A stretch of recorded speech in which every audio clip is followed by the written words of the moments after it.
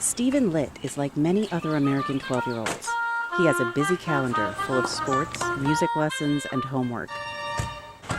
But his extracurricular interests go beyond tennis and oboe.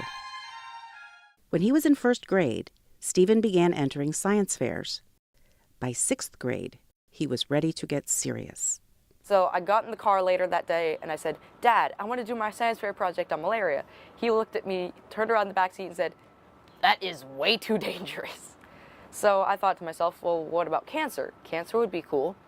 And I knew a few people, family friends who had cancer and friends' parents, so I was like, okay, I have motivation for this.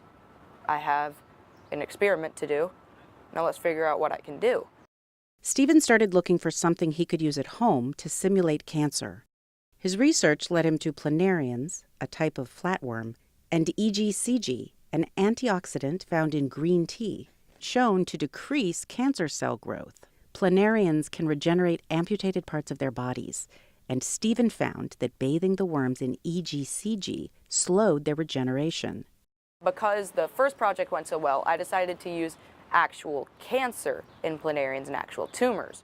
In the second project, the group he inoculated in EGCG did not develop tumors.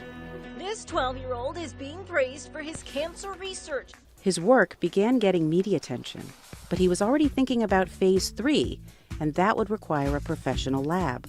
He really needs access to an incubator or some sort of a setup where human cells or other types of cancer cells can actually be cultured or at least maintained so they don't die. Even in the high school, they have incubators, but they don't have all of the equipment and the means to keep things sterile and clean.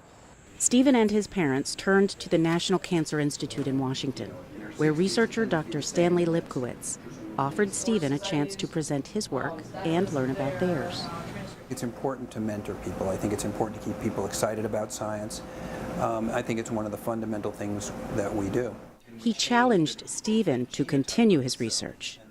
The real question I would have about this data is how do you take this forward into more human-like systems and test it in those sorts of systems as a way of preventing cancer. I'm much more excited. Now I feel like I could do things again, and I know what I'm going to do.